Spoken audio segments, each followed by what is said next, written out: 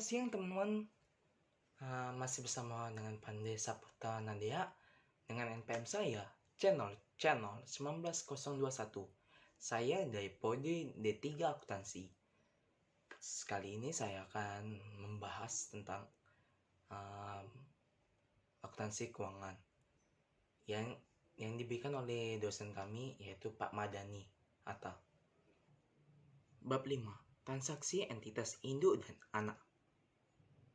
Persediaan dan jasa. Sekarang ini kita masuk ke materi yang berkaitan dengan bab 5. Materi ini sebenarnya adalah lanjutan dari materi bab 4. Jadi, nanti kasus yang kita jumpai di bab 3 dan bab 4 akan kita jumpai lagi di bab 5. Ini. Tambahannya adalah pada bab 5 ini berbicara tentang adanya transaksi yang melibatkan entitas anak ketika dia sudah terjadi akuisisi atau sudah terjadi kombinasi bisnis.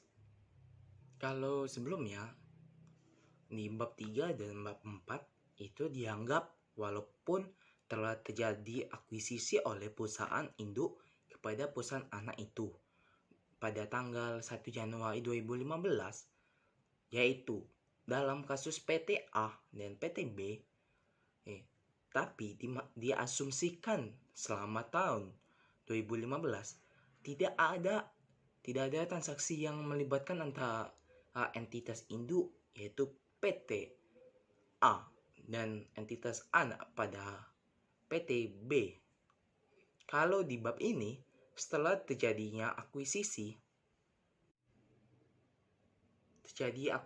di tanggal 1 Januari 2015, maka kita akan berbicara tentang transaksi yang akan terjadi selama tahun 2015 yang melibatkan antara PT Nusantara dengan PT Andalas. Nah, ini dibagi menjadi 3 bab, yaitu bab 5, bab 6, dan bab 7. Bab 5 berbicara tentang transaksi yang terjadi antara induk dan anak. Itu hubungannya dengan penjualan persediaan dan pembelian jasa kalau dia perusahaan jasa. Kemudian di bab 6 kita akan berbicara tentang transaksi yang hubungannya dengan penjualan terkait dengan aset tetap ketika induk menjual aset tetapnya kepada anak atau anak menjual aset tetapnya kepada induk. Itu akan dibahas di bab 6. Sedangkan di bab 7 kita akan membahas tentang transaksi antara induk dan anak yang terkait dengan obligasi. Bisa jadi induk menerbitkan obligasi dan yang membeli obligasinya adalah perusahaan anak atau sebaliknya. Atau perusahaan induk menerbitkan obligasi dan dibeli dengan perusahaan non-afiliasi. Kemudian perusahaan non-afiliasi ini menjual dengan anaknya. Nah, hal ini akan dibahas di bab 7. Dan di bab 8 nanti lebih kepada membahas isu-isu seputar konsolidasi.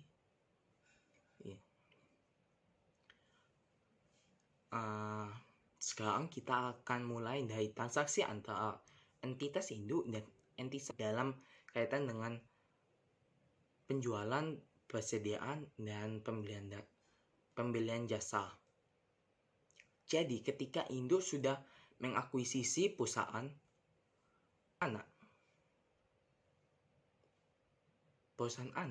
maka bukan berarti mereka ini tidak boleh melakukan transaksi antara induk dan anak.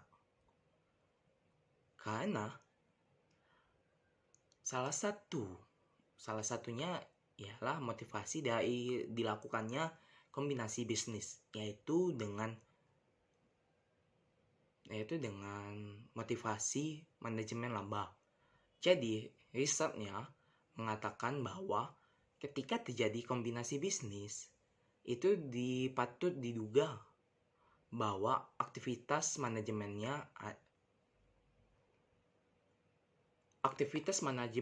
laba yang dilakukan perusahaan tersebut juga menghasilkan hasil yang besar. Misalnya, induk menjual secara besar-besaran barang dagangannya kepada perusahaan anak karena ingin meningkatkan angka penjualan. Karena mau menjelang akhir tahun, maka penjualan itu dihitung. Ternyata menurun drastis kemudian dilakukan oleh PT Induk ialah dengan melakukan penjualan barang dagangan.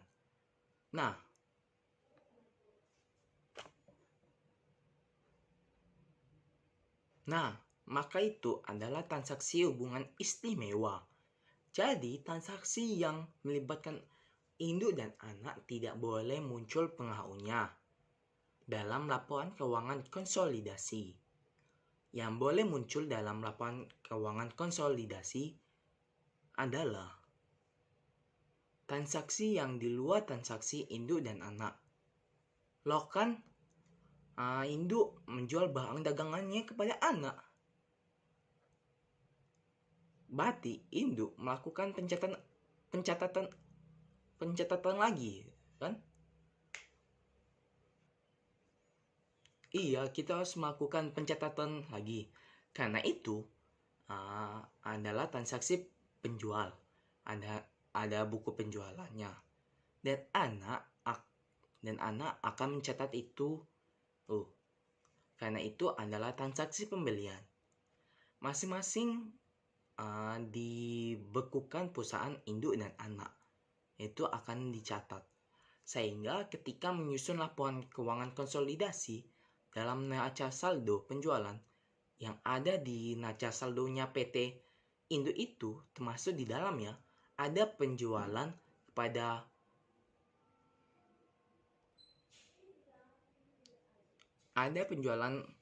kepada perusahaan anak.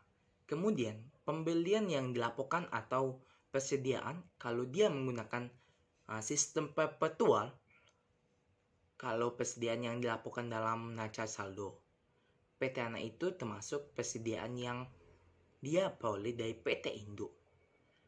Untuk menyusun laporan keuangan konsolidasi, maka pengaruh dari transaksi induk dan anak kini tidak boleh dimunculkan lagi, maka harus dieliminasi.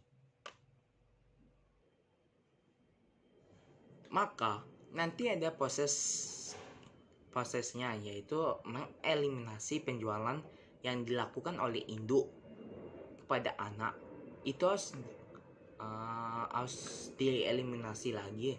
Kemudian bagaimana jika seandainya anak yang membeli persediaan barang dagangan dari induk tadi telah menjual barang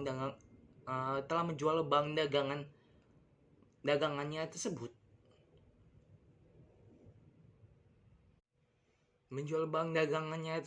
kepada perusahaan non-afiliasi, maka penjualannya yang mereka lakukan bukan ke PT Induk, tapi ke non-afiliasi. Maka penjualan yang diakuinya adalah penjualan yang dilakukan anak kepada perusahaan non-afiliasi. Itu yang boleh muncul. Tapi kalau muncul menjual ke anak 10 juta, misalnya, kemudian anak menjual barang dagangannya yang dibeli oleh induk tadi sebesar 15 juta ke non-afiliasi, yang boleh muncul sebagai penjualan hanya yang 15 juta. Yang 10 jutanya lagi tidak boleh diakui karena itu dianggap transaksi ke diri kita sendiri. Karena PT anak itu adalah milik perusahaan induk. Jadi yang harus boleh muncul sebagai penjualan adalah sebesar 15 juta. Nah, nanti kita bahas sebelum masuk ke PT Nusantara dan PT Andalas. Dalam bab 5 ini ada kasus-kasus kecil. Karena nanti ada kemungkinan apakah ketika induk menjual barang dagangannya ke anak di tahun 2019, misal, apakah barang dagangan yang dibeli anak itu terjual semuanya di tahun 2019? Atau belum terjual sampai dengan 30 Desember 2019? Karena barang yang dibeli dari induk tadi belum terjual semua atau sudah terjual sebagian. Jadi nanti ada 3 skenario yang hubungannya dengan transaksi induk menjual ke anak. Kemudian saya akan menjelaskan lagi tentang laporan keuangan konsolidasi. Jadi kita harus paham terlebih dahulu laporan konsolidasi itu apa?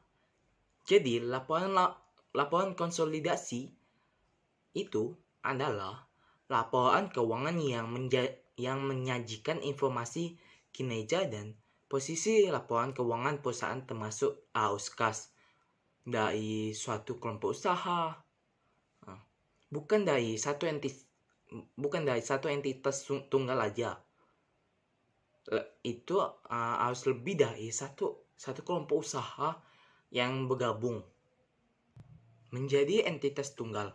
Jadi laporan keuangan konsolidasi mencerminkan entitas induk serta entitas anak tapi laporan keuangannya digabung sama-sama. Karena secara pelaporannya, kalau pencatatan mereka masih entitasnya terpisah. Nah, transaksi yang terjadi antara mereka itu disebut transaksi dalam satu kelompok